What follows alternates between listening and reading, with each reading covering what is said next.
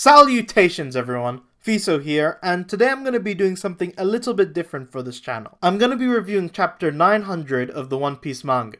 I know I'm not known for reviewing manga chapters, however it's something I've always wanted to get into. And after reading this latest chapter, I thought, heck, why not jump in at such a massive event? So let's get started.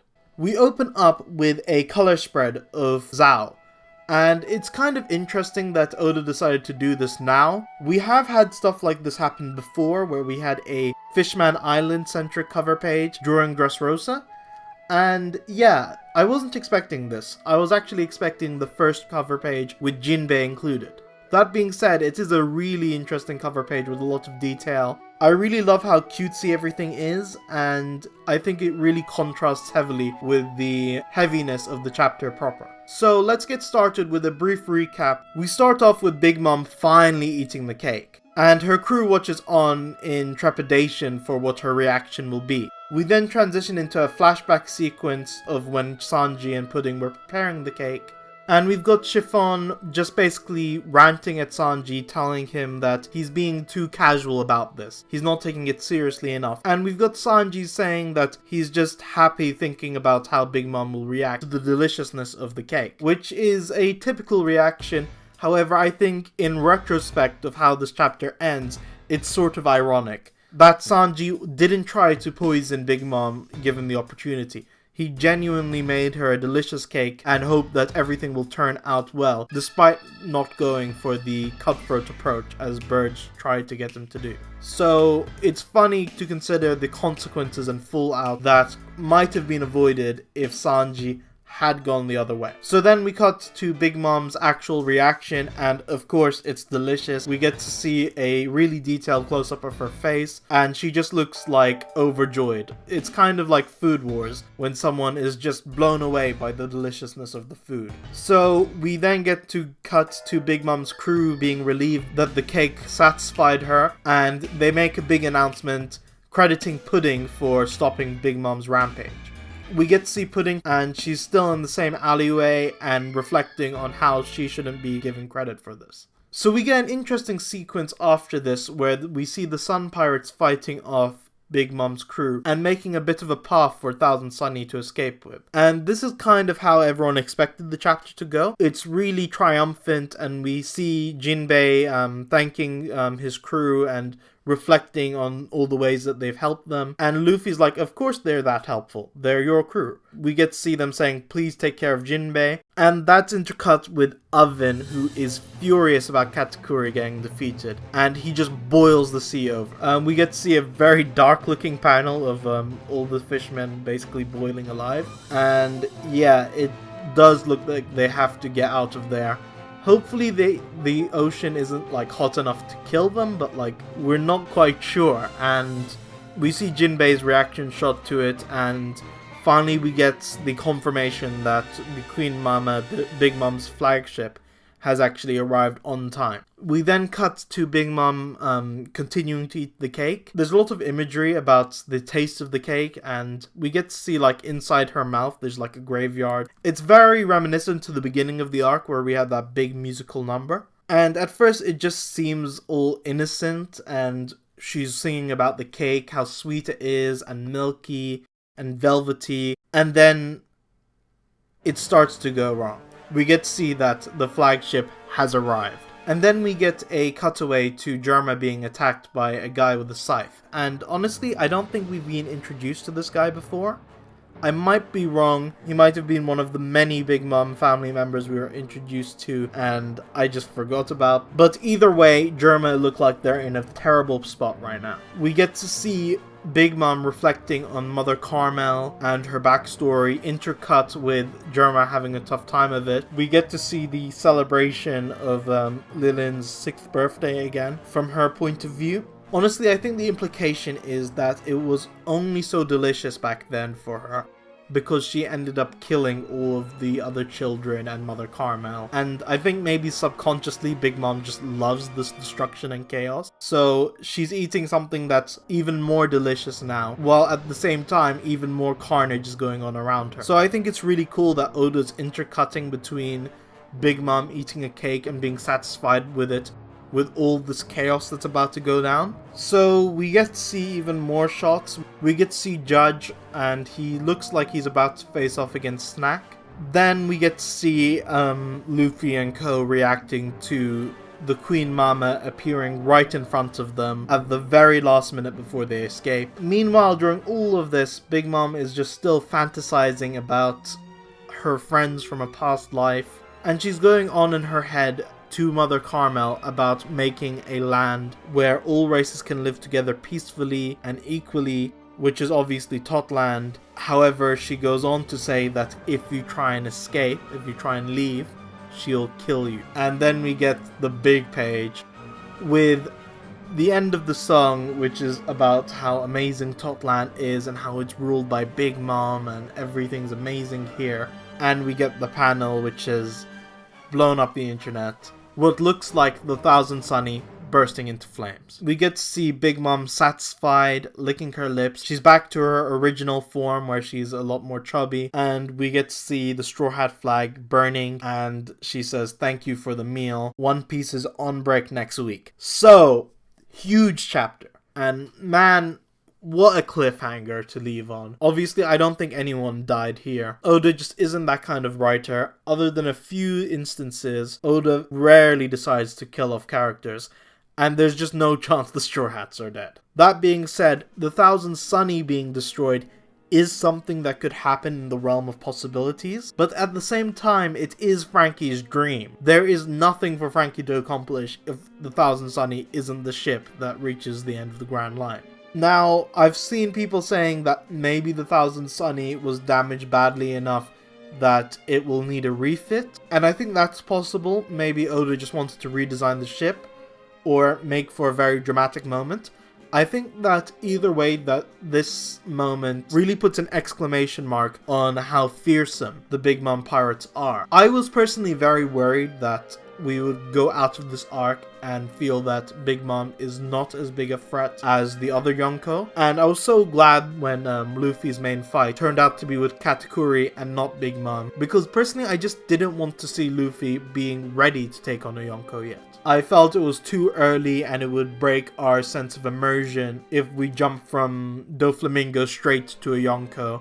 It makes the world feel smaller and it makes the journey feel like it's less significant if it's accomplished too easily. That being said, yeah, the Big Mom pirates look really strong. Germa couldn't stand against them, the Sun pirates couldn't stand against them, and the Straw Hat pirates look like they haven't managed to escape from them. So what's going on here? Are we going to have a resolution next chapter, or are we going to cut straight to Reverie or Wano and see what's going on there? Now, my initial reaction would be, yes, let's cut to Reverie. I think it would be good to let this drama simmer. However, that being said, One Piece is aimed at a younger audience, and I think it would be a bit too mean for Oda to wait a few weeks to resolve this. But what could that resolution be? I've seen a lot of theories floating around online, so let's go through them. The first one, which I think is ridiculous, is that it's a Mirage tempo and it's just Nami playing shenanigans, but nah, it's definitely not, because like the Mirages which Nami make, they disperse upon being hit. She can't really fake a ship burning with a Mirage. She can just make it look like it's somewhere else and then they can run off. Some people have been saying it'll be a coup de burst and they'll just get out of there right as the ship's catching fire. We know that they can't because they're out of cola, so that's impossible. Other people have said it's a different ship. I think that that's way too cheap. So then we've got people debating about whether or not the Sunny was hit, it was just badly damaged and they can escape with it still in tatters. I don't know how they will escape with this fleet around them, the ocean's bubbling, Germa looks like they're taken out, the Sun Pirates look like they're taken out, and all our characters are nearing their physical limits, especially Luffy. But if the Sunny did escape, I suppose it's possible that we could be in for a refit or a redesign from Frankie. But man, if this sticks, Frankie is gonna be pissed. So a lot of these theories seem really far-fetched. However, there are some even more out there theories that could come to pass. A lot of people think that this isn't even real, that this is a hallucination that Big Mom is having, or that Pudding is somehow manipulating her memories, Or perhaps Brulel's mirror power is being used to make a copy of Sunny, the same way we had a copy of Carrot earlier on in the arc, using a frog as a template. Maybe it's being projected onto one of the ships, and that's helping the getaway. Now, I really don't think that last one is possible, because I think Brulel is left on the island. She's nowhere near the place, and unless they prepared it beforehand, I can't see that going down. Regarding Pudding, she's in the alley, so I don't think she could do anything to Big Mom now, unless it was done to the cake as it was being made. I don't think Sanji would have stood for someone altering the cake in any way, but it's a possibility, and the only reason why I think so is Sanji isn't seen on any page after page 10, which is the page before we start to see Big Mom really eating the cake. So, presumably before this whole illusion started. So I've seen some people theorize that Sanji's presence has been wiped out of Big Mom's memory, so that Big Mom thinks that the Straw Hats were annihilated, Pudding married Sanji as planned, and everything's fine, well really the Straw Hats get away. I really don't think that's the case either, because, well, news will pop up that the Straw Hats are alive eventually. Sanji isn't there, and really for this to be an illusion by Pudding, she's got too many details correct. She's got Luffy's injuries down correct, she's got just a bunch of things correct that she can't possibly know about the Sunny or anything in this much detail. Honestly, my impression was that Pudding's power was more about erasing memories, so I thought that maybe that could tie into the end of the arc, but this doesn't seem to be an erase. This doesn't seem to be the removal of a memory. This seems to be something new. So what do I think? Honestly, I don't think the Sunny's destroyed. I think it could be very badly damaged, but I can't see any situation where they don't get out of this. Whether we cut away to Reverie or Wano for a while and then cut back and get to see what happened, or we get to see the resolution next week, I just think that we're in store for some kind of a twist from Oda regarding whether or not the Sunny was actually hit at the end of this. The Sunny is just too big of a deal. It's Frankie's entire dream. We had an entire saga to replace the Mary. I can't just see them replacing the Thousand Sunny so quickly, especially considering its significance. But there are other ways for the Straw Hats to escape. They could use the submarine. They could escape on Germa's castle, or Burge could swoop by and pick them up. Or heck, Jinbei could summon more whales and just whisk them off like Impel Down. The only thing I can really see is that maybe Oda wanted to redesign it a bit. He got tired of drawing it. But in reality, I think it was just designed as a big cliffhanger and to really emphasize how tough the Big Mom Pirates are, and how even though Luffy was able to beat Katakuri, as a whole, as a unit, we're just not ready for them. So yeah, on Germa's end, honestly, we've seen people survive a lot worse. They just seem to be in a bit of a tough spot at the moment. I would love to see them, like, bounce back from this. Maybe escape in, like, maybe their snails come together and they form a giant mecha. Or something like that. I think Germa can survive this, no problem. I do want to see what Judge is doing with Snack. I don't have the impression that Judge will be that capable against him, but who knows. On the Fishman's end, I think that the Sun Pirates can just swim down and they'll be fine once they get deep enough in the water. Oven's power won't affect them too badly. I can't see Jinbei's crew being wiped out. It would just be too angsty and dark for a new crewmate's former comrades to just be absolutely obliterated. I know people are going to say Brook, but Brook has had 50 years to grieve. Jinbei can't be all happy kampai and celebrate with everyone immediately after this. They've played their role, they're useful, but yeah, they're out of their league and I think they have to flee. I don't think anyone's really expecting this to stick. I would like to see some kind of consequences, I honestly would. However, the Sunny is too big of a deal. Maybe it's damaged and can be refit, as I said earlier. So yeah, that'll do it for this chapter review. That was quite the chapter. What's a big bang to effectively climax the arc. Oda certainly proved that this arc isn't predictable.